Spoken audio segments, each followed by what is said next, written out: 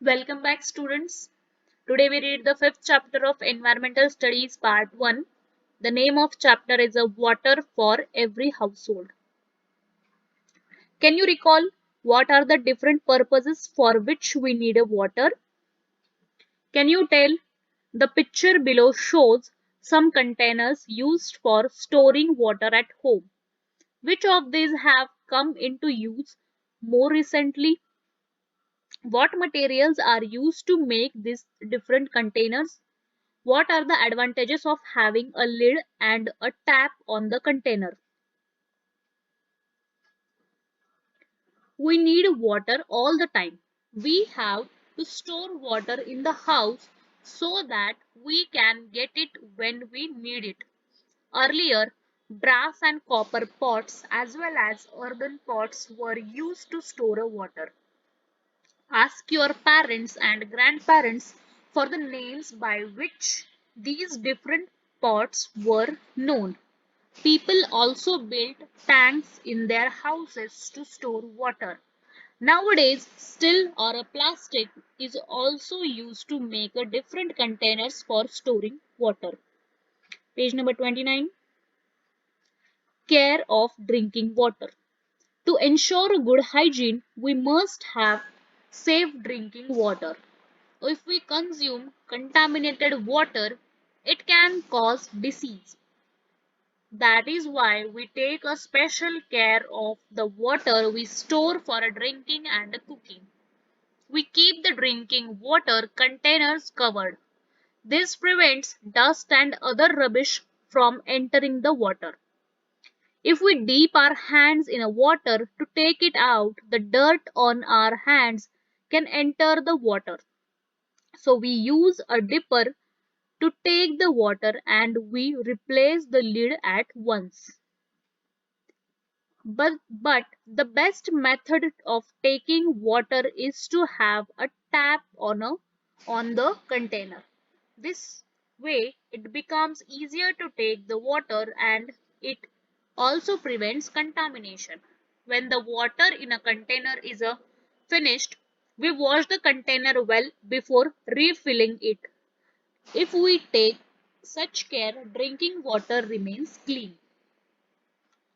Do you know water does not become stale? Some people believe that the previous day's drinking water must be thrown away and a fresh water stored every day because the previous day's water becomes stale. But this is a misconception. Throwing away that water amounts to wasting good water. We should use a drinking water for other purposes only if it gets dirtied due to some reasons. Use your brain power. Why have people begin to use a plastic or a steel containers for storing water? Try this. Do this under the adult supervision. Take a plastic bottle, cut off its upper narrow portion, make four small holes on the four sides of the bottle near its base. Cut a spent ball pen refill into four pieces. Fix one piece into each of the four holes tightly.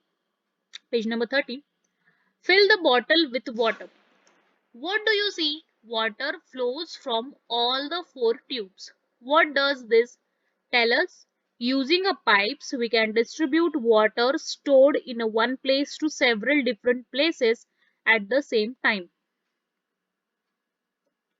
Large cement or plastic tanks are installed on the roofs of the big buildings. Water from these tanks can be piped to the kitchens, bathrooms, toilets in these buildings. When taps are fitted on the pipes, water can be taken or shut off according to the need. This is how water from just one tank can be obtained at several places in a building at the same time. Can you tell if the rule is for everyone in the house to cook for themselves? What would be the advantages and the disadvantages? If every family had to collect the water they need every day from the river, what would be the advantages, the disadvantages? Page number 31. Water supply for a human settlement. Lakes, rivers, reservoirs are sources of water. They are often at a long distances from our houses. It is difficult to collect water from such a distant places. Besides, we cannot be sure that the water can be used as it is for drinking. That is why a large water source is identified near a settlement. Water from it is brought through large pipes to a common place.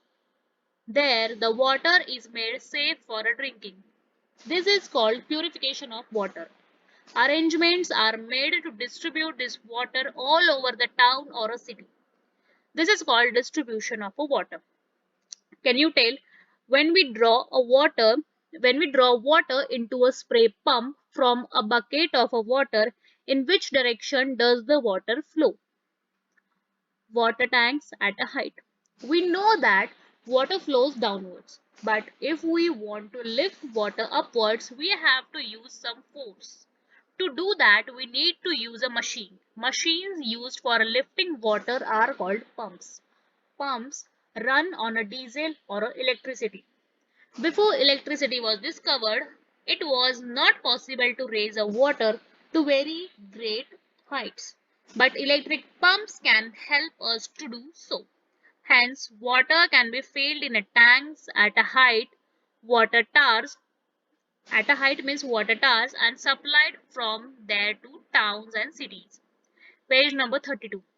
Such tanks are used to store the water that leaves the water purification plant. According to need, water is released from these tanks through the big pipes.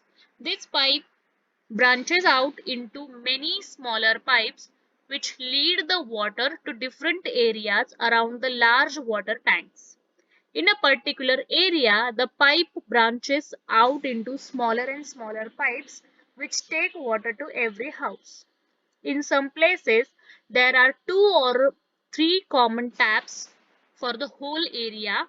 People living in that area come there to fill water for their families. Do you know human beings cannot live without a water. Hence it is necessary to have a source of water as close as possible to where we live.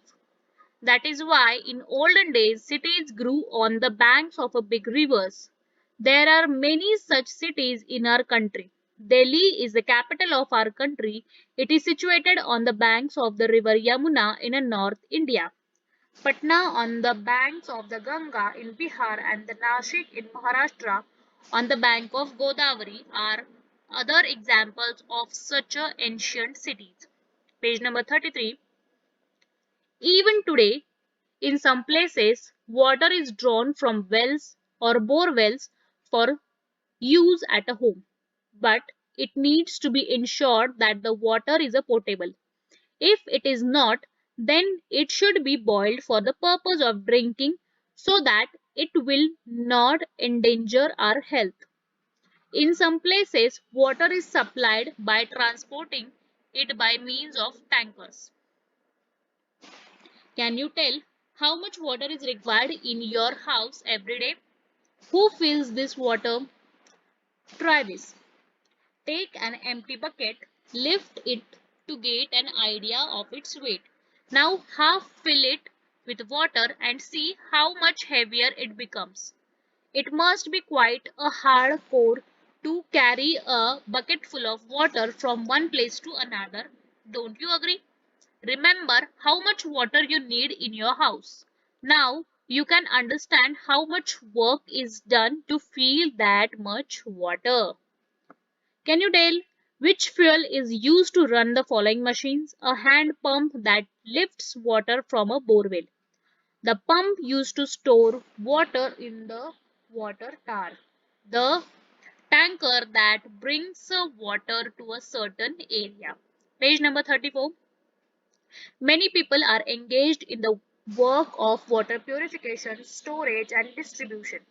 Electricity or diesel are used to run the machines for these purposes. A lot of money is spent for this work.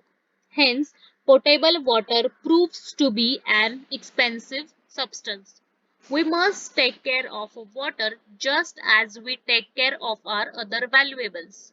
We must not allow stored tap water to be wasted or become contaminated.